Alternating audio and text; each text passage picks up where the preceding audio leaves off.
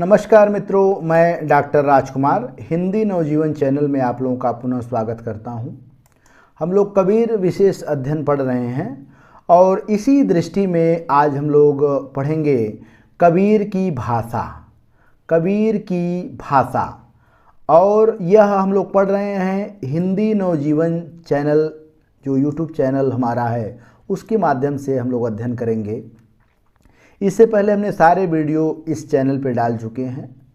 इसका पुराना नाम रियान सिंधी वर्ल्ड भी था। सुविधा की दृष्टि से हमने हिंदी नवजीवन चैनल लिखा।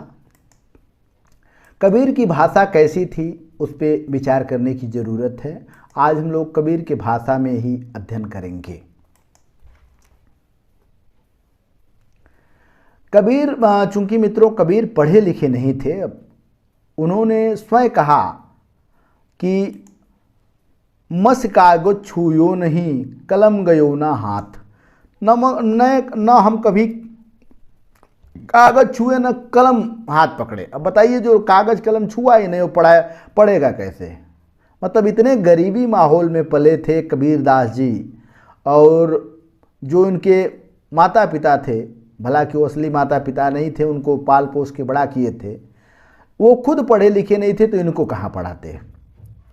जब ये बड़े हुए तो साधु संतों की संगत में रहने लगे और उन्होंने जो कुछ सीखा संतों के सत्संगत से ही सीखा। सत्संगत मतलब सत्य का संग। कई साधुओं का वह संगत किए थे और उनके संगत व्यवहार में ही वह सब कुछ सीखे। इसीलिए उनकी जो भाषा थी वो पूर्ण रूप से साहित्यिक नहीं हो सकी। उन्होंने व्यवहार में प्रकट होने वाली सीधी साधा सरल भाषाओं का प्रयोग अपने जो है कि रचनाओं में किया और उन रचनाओं का हम लोग अध्ययन करते हैं। कबीर पढ़े लिखे नहीं थे, लेकिन मित्रों वास्तविकता यह है कि आज लाखों लोग उनके ऊपर पीएचडी करके, ठीक है, वह पढ़े लिखे विद्वान हो गए हैं। जो कबीर को समझ गए वो वास्तव में तार्किक विद्वान हो गए। ये भी सच्चाई है, इसको नकारा नहीं जा सकता है।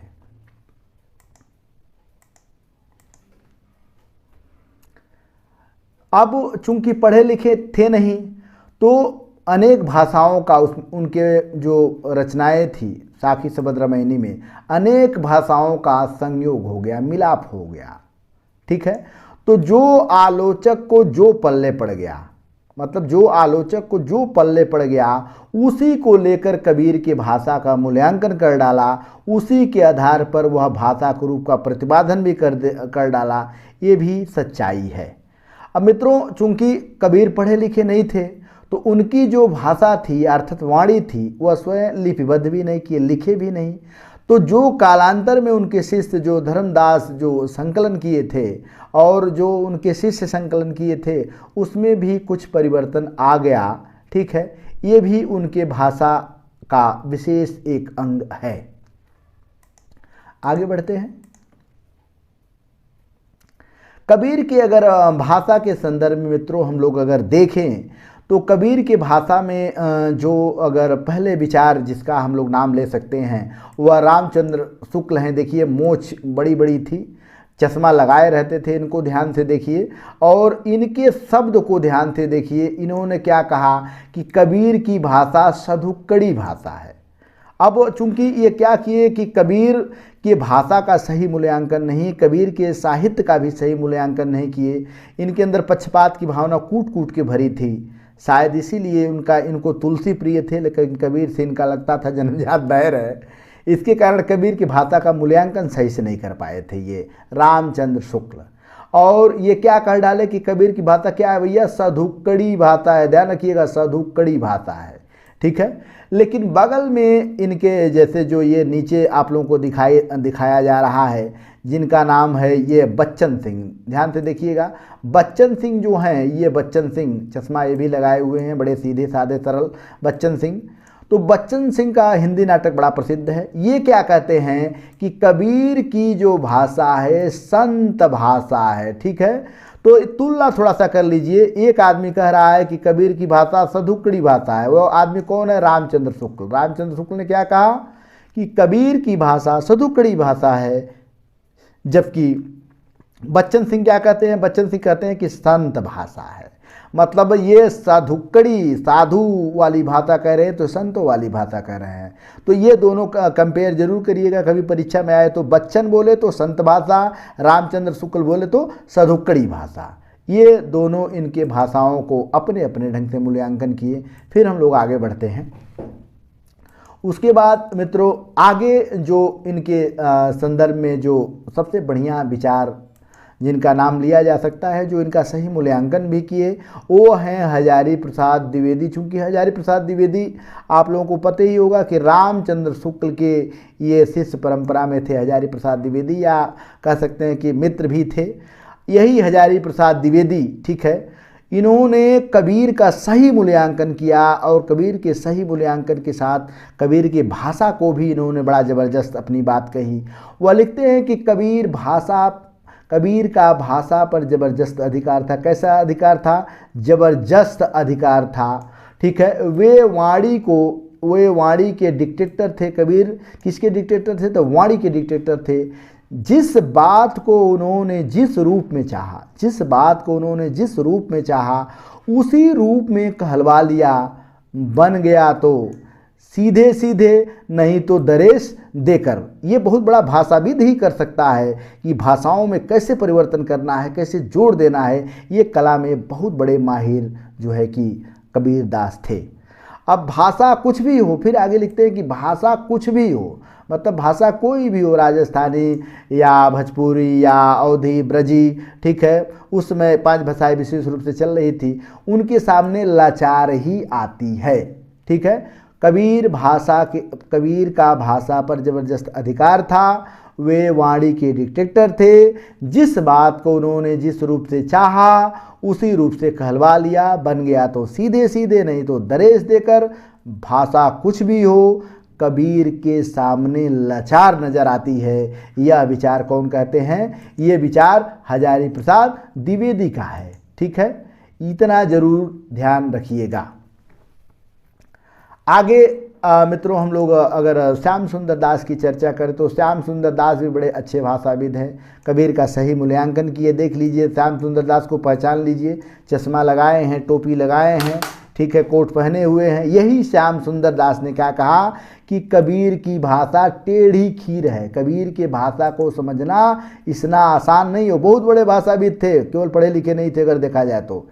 अर्थात इसका निर्णय करना कठिन है कि कबीर की भाषा चाहे सधुक्कड़ी क्यों न हो, किंतु अनुभूति की अभिव्यक्ति में वह पूर्ण है।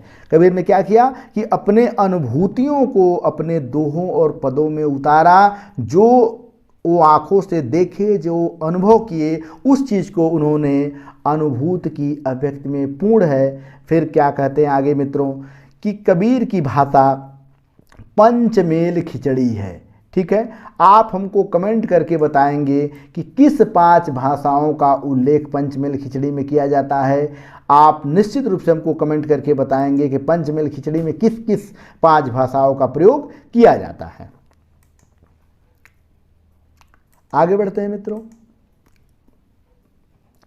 अब यहीं पे आप लोग देखेंगे कि बाबूराम सक्सेना ने क्या कहा कि अवधी भाषा है। ये किस पक्ष में थे कि कबीर की जो भाषा है अवधी भाषा है, ठीक है। और उसके बाद जो उदय नारायण तिवारी हैं वो क्या कहे कि भोजपुरी भाषा है। अब जैसे अगर 3 लोगों का हम लोग नाम ले लें, हजारी प्रसाद द्विवेदी, ठीक है, सुनीति कुमार चटर्जी और ये उदय नारायण तिवारी। साथ में कौन कौन है भैया, थोड़ा सा प्लस कर लो। एक है हजारी प्रसाद, कौन है? हजारी प्रसाद, मतलब एक यक्ष से है। और दूसरा कौन है?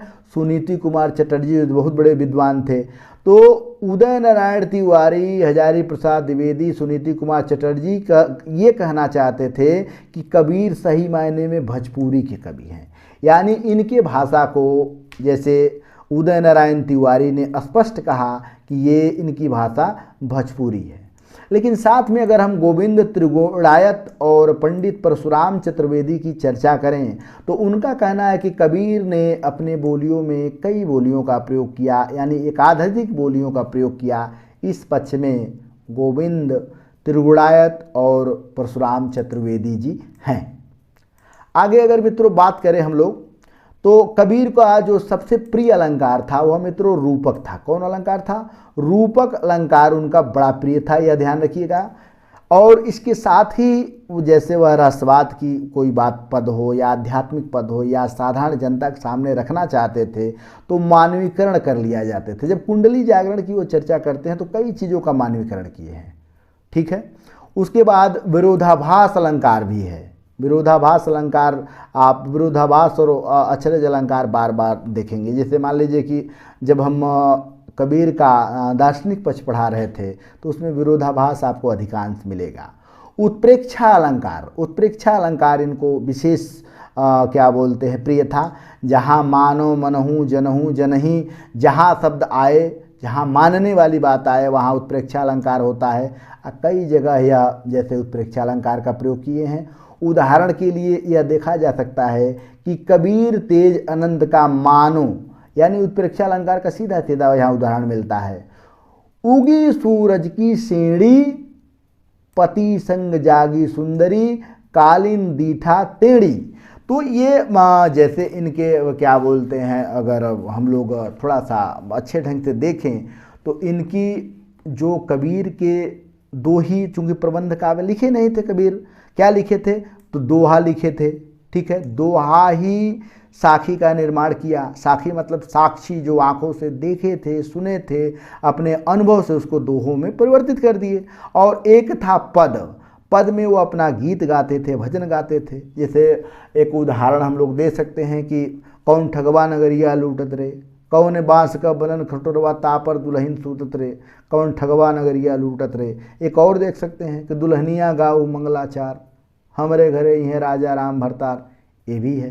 तो दोहा और पद ये इनको विशेष प्रिय था। और साखी में तो दोहा छंद का ही प्रयोग किए हैं, ये आपको बताना नहीं है। और साथ में शब्द रामायणी में गए पदों का प्रयोग किए हैं, यह आपको जानना बहुत जरूरी है। आगे देखते हैं। अब अगर हम लोग निष्कर्ष में मित्रों लें तो कबीर कभी भी इस ध्येय से कविता नहीं करते थे कि कविता करना उनका उद्देश्य था। कभी भी वह कविता करने के उद्देश्य से कोई बात नहीं कहे। जैसे कवि बनाते रहते हैं, आजकल के कवि हैं हृदय में कविता का भाव नहीं है लेकिन ज़बरदस्ती कविता गढ़ते रहते हैं। प्रेम भाव उनके अंदर नहीं है लेकिन ज़बरदस्ती कविता गढ़ते रहते हैं। तो उस तरह के कवि नहीं थे, उनके अंदर भाव था। चूँकि वो पढ़े लिखे नहीं थे इसलिए काव्य कला में काव्य कला सहज और अनगढ़ है। उनकी काव्य कला में चमत्कार की भावना नहीं है, अनुभूत की सच्चाई है, व्यक्ति का खरापन है उनके जैसे क्या बोलते हैं काव्य में। और यह हमें देखने को निश्चित रूप से मिलता है, ठीक है। ये बहुत ज़रूरी है हमें जानने के लिए। आगे मित्रों देखते हैं, ठीक है। आज हम लोग कबीर का चूँकि विशेष अध्ययन था इसलिए कबीर को हमको पढ़ना बहुत ज़रूरी था। आज हम लोग कबीर का अध्याय समाप्त कर रहे हैं मित्रों। बहुत बहुत धन्यवाद। लगे रहिए हिंदी नवजीवन के साथ, तैयारी करते रहिए। नेट का फार्म आप लोग भर चुके होंगे, अच्छी से तैयारी करिए। सबको शुभकामनाएं। सबको ईश्वर से आशा है कि आप तैयारी करते रहिए और सफल हो।